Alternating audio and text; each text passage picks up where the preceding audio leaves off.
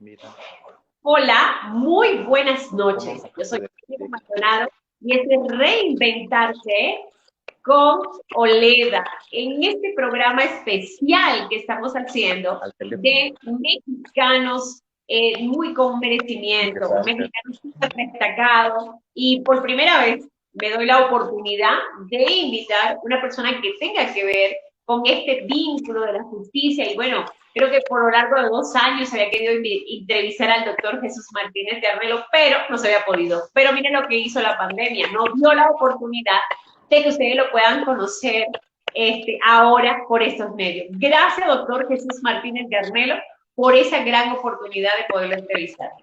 Mi apreciada Oleda, un cariño siempre emotivo para vos y el tiempo que nos conocemos, que es muy corto, la gran satisfacción de tener este contacto contigo, de tu sagacidad, tu compromiso social y el deseo enorme de estar en contacto con la gente es maravilloso. Y bueno, en esta etapa tan especial, pues mucho te agradezco y creo que mucha gente te agradece que estés tan activa en las redes. Muchas gracias, Soledad.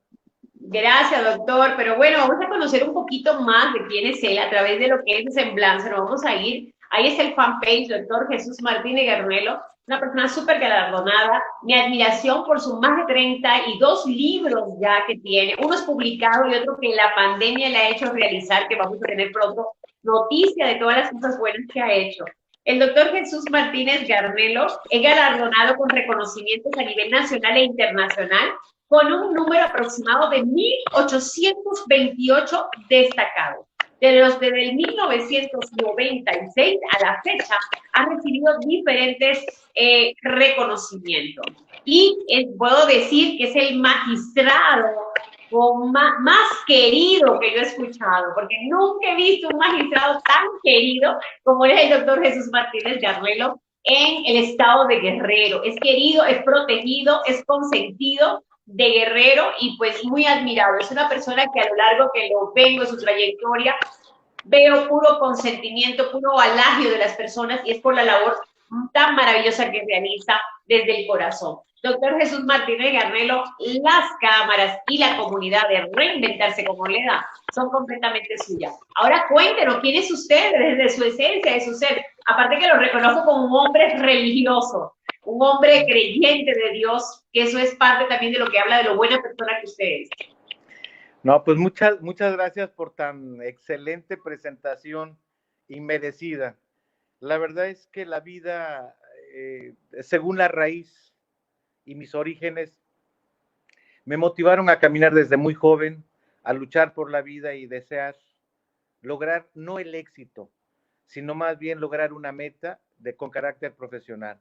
Y eso se lo debo evidentemente a mis padres, mi madre que en paz descanse, este diciembre va a tener 7 años que se nos adelantó, mi padre el día 3 de septiembre cumplió 100 años, soy feliz por tener aún a mi padre, y realmente cuando se habla de cariño, de amor a la profesión es precisamente parte del tema que escogimos, pero bajo la circunstancia tan especial de que el mundo nos abre un panorama muy bello, muy armonizado. Sin embargo, si no encontramos los enlaces, las concatenaciones y las personas especiales, resulta complicado. Yo insisto y reitero que desde que te conocí, mi apreciada Oleda, hubo esa química de interacción y vaya que hemos estado en muchos eventos. En lo personal te puedo decir que soy una gente sencilla, no quiero vanagloriar la parte de la humildad, pero Dios me ha llevado por caminos muy especiales, he tenido experiencias terribles, complicadas. Los éxitos no se pueden calificar por un nivel académico. Por eso manejé el tema de la lectura, la educación y el amor. Pero sobre todo, amo a Dios, iba a ser sacerdote, estuve en el seminario, tuve que salir del seminario y Dios me llevó al camino de escoger la más bella y trascendental actividad de abogado y de dar clases. Empecé dando clases a nivel primario con los chicos de segundo, tercer año de primaria, después di clases en secundaria y posteriormente en la facultad, antes de terminar mi carrera de derecho como abogado, ya era yo maestro adjunto y fui maestro en la facultad. Antes de terminar las maestrías en Toluca, en la Universidad Autónoma de Estado de México y en la nacional autónoma de México, fui maestro y he recorrido casi todo el país, en todas las universidades, y a partir del 2011, obviamente tuve funciones muy importantes dentro del Estado, como expresidente del tribunal, como exsecretario general de gobierno, y encargado del Ejecutivo, fui gobernador unas cuantas semanas en noviembre del 2014. Estas experiencias me obligan todos los días y en la mañana a leer un libro de libros, a educarme sentimental y emotivamente y darle con amor gracias a Dios. Es lo que puedo expresar de mí yo, porque pues mucha gente me conoce, sin embargo, creo que es una de las partes que he cuidado mucho, ¿no? Se dice que cuando uno es profesionista o uno ejerce una profesión o tiene unos grados académicos, ya no cree uno en Dios. No, yo creo en Dios y sobre todo, lo amo. Por eso para mí el concepto de amor es parte sustantiva en la vida de cualquier ser humano. Doctor. Bueno, ¿ese hábito de la lectura lo tiene desde muy joven o lo vio por la profesión? La verdad es que tengo hermanas que son maestras, mi madre fue maestra, mi madre me dijo en alguna ocasión que lo que yo escogiera lo hiciera con amor. Los conceptos de lectura, educación y amor parece que han sido conceptos olvidados, ya muy poco usados. Los manejamos incluso con carácter coloquial o simple y sencillamente si nos metemos en la parte historiográfica de los años 800, 900, hablar de educación o hablar de lectura cuando incluso la imprenta no se daba, era simple y sencillamente conceptos de una cultura que incluso se llamaba del vulgo, es decir, de la clase ordinaria. Bastaba con que se supiera hablar, con que se supiera expresarse. Pero la lectura como tal, igual que cualquier concepto, tiene un bagaje de carácter etimológico bellísimo. La lectura forma a un personaje a través de las grandes informaciones que cada autor en el arte, en la profesión va escribiendo.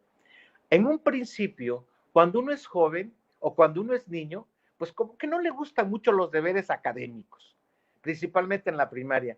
Pero yo recuerdo que uno de mis primeros libros que leí de niño fue El Principito. Me encantó. Después, por cuestión de carácter religiosa, pues tuve que leer el Antiguo Testamento y el Nuevo Testamento, empezando por el Génesis, hasta acabar con el libro del Holocausto de San Juan, del profeta San Juan. Entonces, uno de los libros más bellos que me ha impresionado y que sigo leyendo todos los días a través de una lectura que se ha convertido en la verdad, en una especie de hábito y a veces hasta un vicio, ¿eh? No hay un día que no esté uno leyendo bajo la perspectiva de saber no ser más culto, porque hay una gran confusión. Piensan muchos personajes que cuando tienen una entrevista, y lo he visto con algunos colegas, atrás están unos semejantes muros con unos libros fenomenales que yo he dicho, ¿será cierto que han leído todos esos libros? O simple y sencillamente es el adorno supremo del nivel académico que se tiene porque tuvimos que leerlos como estudiantes. Y por otra parte, ¿no? La parte de la etimología de la lectura es casi de un verbo o prefijos tan especiales del legere y del capire, es decir, de leer y el entender lo que un autor está expresando a través de una información para formarse uno mismo. Esa formación y esa información es bellísima que a posteriori, más o menos en los años 1890, 1900, se hablaba ya de una cultura. En los 50 del siglo pasado, se hablaba de una lectura sobre cultura formal en materia jurídica. Y hoy, por cierto, es uno de los libros que acabo de escribir, Cultura de la Legalidad para irrumpir o romper el fenómeno de la delincuencia y la corrupción o la impunidad. La lectura te abre un campo tan especial que incluso en muchas ocasiones lo motivan y lo sensibilizan.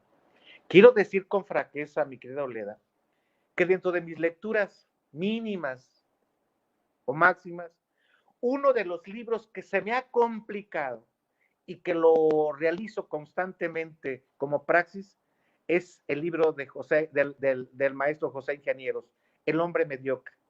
Me llevó un tiempo leerlo completamente y describir la riqueza de la semántica etimológica de este personaje.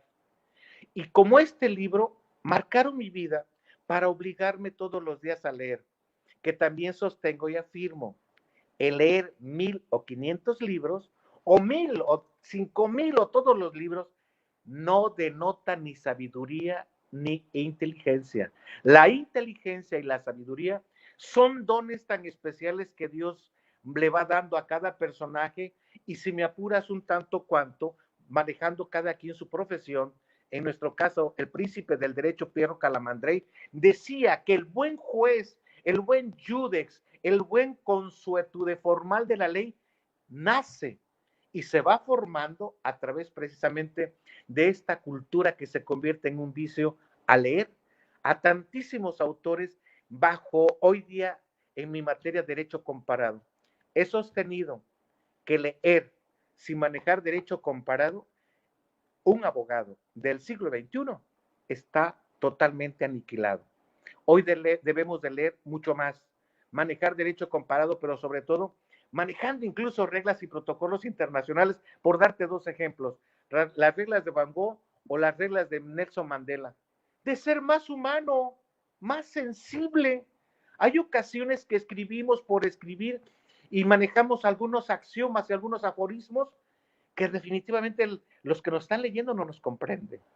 Pero también, cuando uno está en algunos simposios, en algunos congresos internacionales, pues tiene uno que estar en ese nivel para establecer el bagaje teórico y, si se quiere, un tanto fáctico de lo que la vida también te va enseñando en tu quehacer cotidiano, que en este caso, la de magistrado. Para mí, leer libros, la lectura, no solamente es el verbo y el prefijo de leer, sino más bien es el bellísimo arte de entender y comprender la sensibilidad de aquellos que están con su puño y letra describiendo un sentir.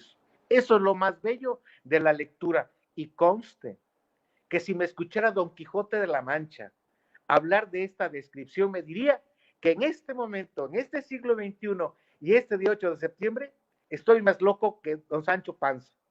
O en su caso, al maestro Eduardo Novoa Monreal, cuando decía hace aproximadamente unos 30 años que el derecho, la ciencia del derecho, era un obstáculo al cambio social. Hoy, la ciencia del derecho no es un obstáculo, es el caminar y es el vértice formal para abrir un nuevo derrotero en materia de justicia, en materia de bienestar común, en materia de seguridad pública, etcétera, etcétera.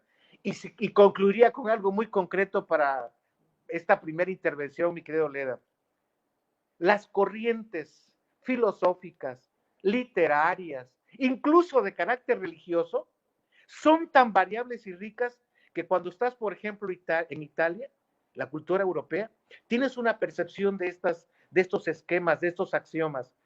Te vienes a lo que es Centroamérica o lo que es nuestra cultura latinoamericana, estás en Uruguay, en Argentina, y percibes otro tipo de cultura. Vienes al centro, México, y es un mosaico de una formación de cultura, porque nuestro país se ha enriquecido en el contexto de la compila de leyes, de grandes literanos como Mariano Azuela, con el libro de los de abajo, o tantísimos autores que han hecho de nuestro país un verdadero semillero de grandes escritores y de formadores de esa historia, de la propia historiografía con que se fundó la gran cultura y el gran imperio mexica, que válgase también el comentario.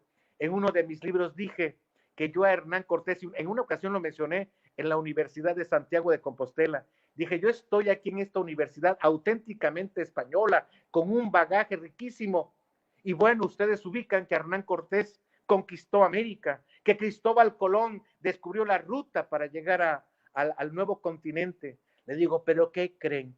En mis libros yo no hablo de la etapa precolombina o precortesiana, yo hablo de la etapa precuautémica. Cuauhtémoc fue el último emperador azteca que divide bajo el esquema de la historiografía auténtica de mi país el antes y el después. Por eso yo hablo de que Cuauhtémoc divide la historia del derecho, la historia de la literatura y, ¿por qué no?, la historia del arte, de la cultura mesoamericana, que incluso llegó hasta las pampas argentinas. Es sumamente inspiracional cómo usted habla de la lectura, es un verdadero apasionado de este tema y pues nos encanta, no de gratis tiene 30, más de 34 libros, no sé cuántos libros durante estos 6 meses que hemos estado en este reinventarse de nuestra vida, usted ha escrito. Mira, el primer mes me la pasé de flojo, pensando que esto iba a pasar rápido y me di cuenta de que esto era casi imposible. Escribí 4 libros. Precisamente hoy estoy en el segundo capítulo, ya corrigiendo mi tercer libro. Espero que pronto, el próximo año, se publiquen los 4, que van a ser, o van a tener, si Dios lo permite, impacto, porque siempre en todos mis trabajos de investigación manejo dentro de la comprensión lingüística, en esa acción de leer, pues acciones propositivas nuevas en mi materia evidentemente jurídica, pero sobre todo, ¿no?, el deseo de que llegue a los estudiosos de la ciencia del derecho o a los procesalistas, porque parece mentira, mi querida Oleda. Del 2008 a la fecha han pasado prácticamente 12 años. Escucho abogados dando clase diciendo de los juicios orales. En ninguna parte del mundo hay juicios orales. Hay un proceso penal acusatorio. Es más, ni siquiera acusatorio. Es un proceso penal con reglas mínimas y nuestro Código Nacional, por dar un ejemplo de la lectura, ¿no? Y eso ya es manejar derecho comparado. Entonces, el leer no te hace más sabio, te hace más informado, pero además te hace más sensible.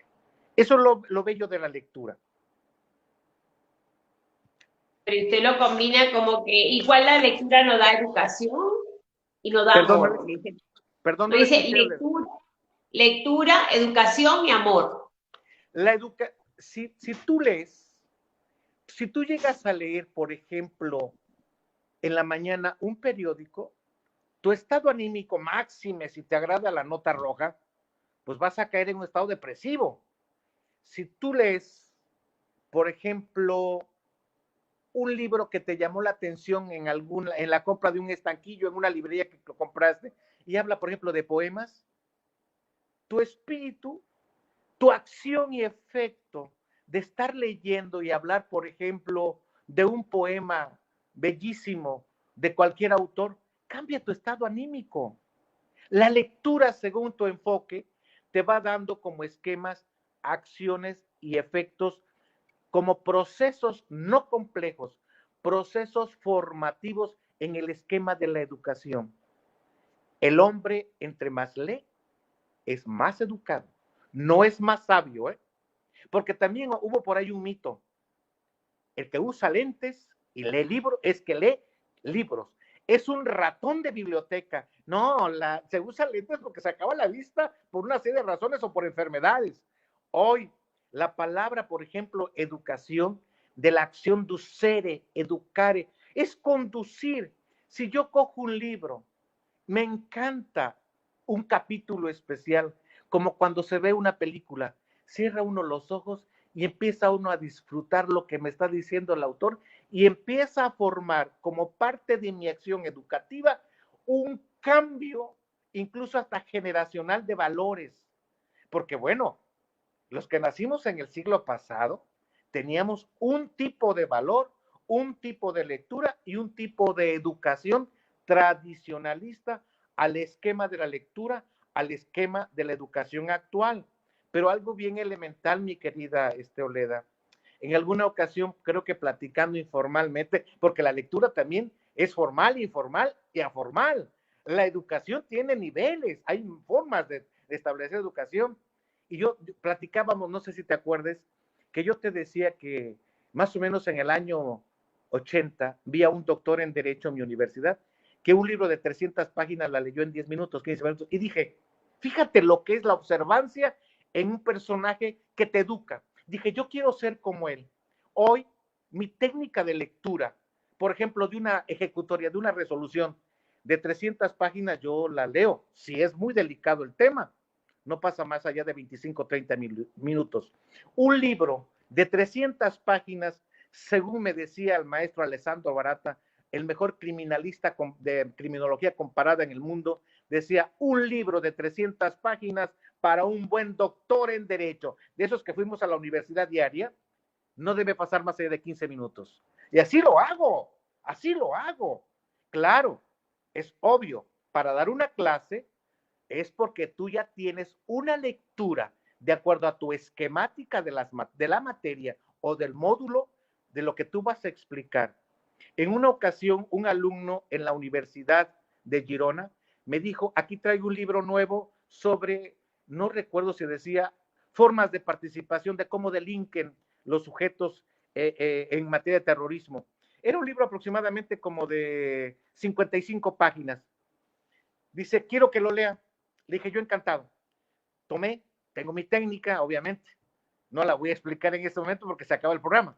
El hecho es de que lo leí, no me llevé más allá de 4 o 5 minutos, lo cerré y le dije, se lo explico, se lo expliqué, le dije, en la página tal tiene un error, en el apartado tal, usted hizo un signo de interrogación, se le explico. Se quedó sorprendido. Le dije, no se sorprenda, esto no es magia. Esta es una técnica de lectura que me ayudó a establecer mi formación educativa bajo un esquema humanísticamente de sensibilidad. Cuando fui secretario general de gobierno y gobernador unos días, los decretos que muchos asesores jurídicos, los decretos que muchos asesores jurídicos se tardan hasta una semana, o sea, 7 días, yo los hacía en 25 minutos. Pero hay que también tener esquema, tener un protocolo de acción para actuar.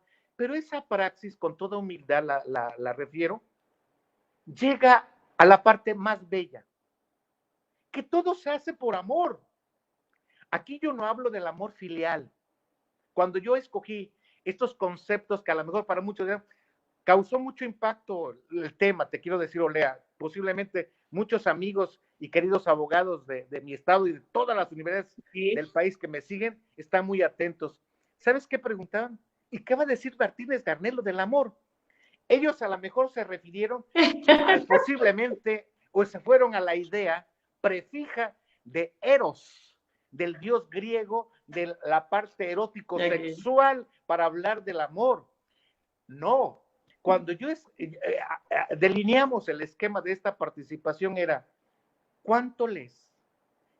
¿Qué acciones tienes prefijadas en tu formación?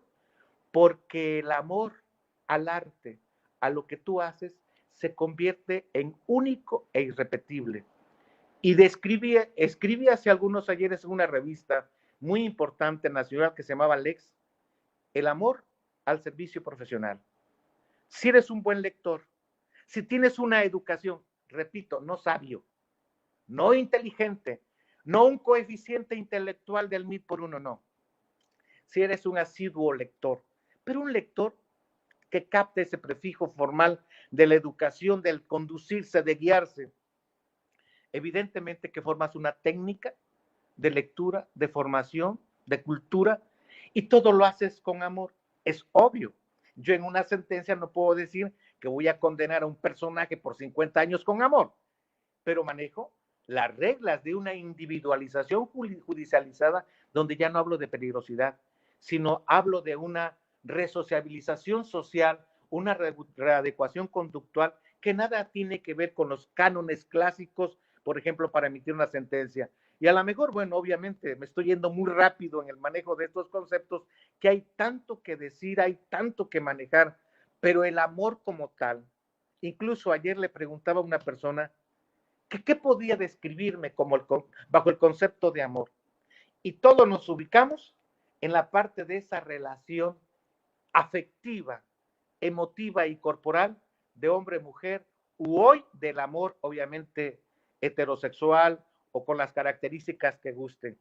En lo particular, yo ubico al amor porque el primer amor que tuve fue precisamente, y manejando la parte freudiana, del amor a mi madre, que era una maestra y me enseñó a leer, del amor al trabajo, porque me gusta hacer lo que hago, pero sobre todo del amor a la prestación de un servicio profesional, que en muchas ocasiones no te lo agradecen, Oleda, te tratan mal, y hay ocasiones que a veces las partes en un proceso no te comprenden.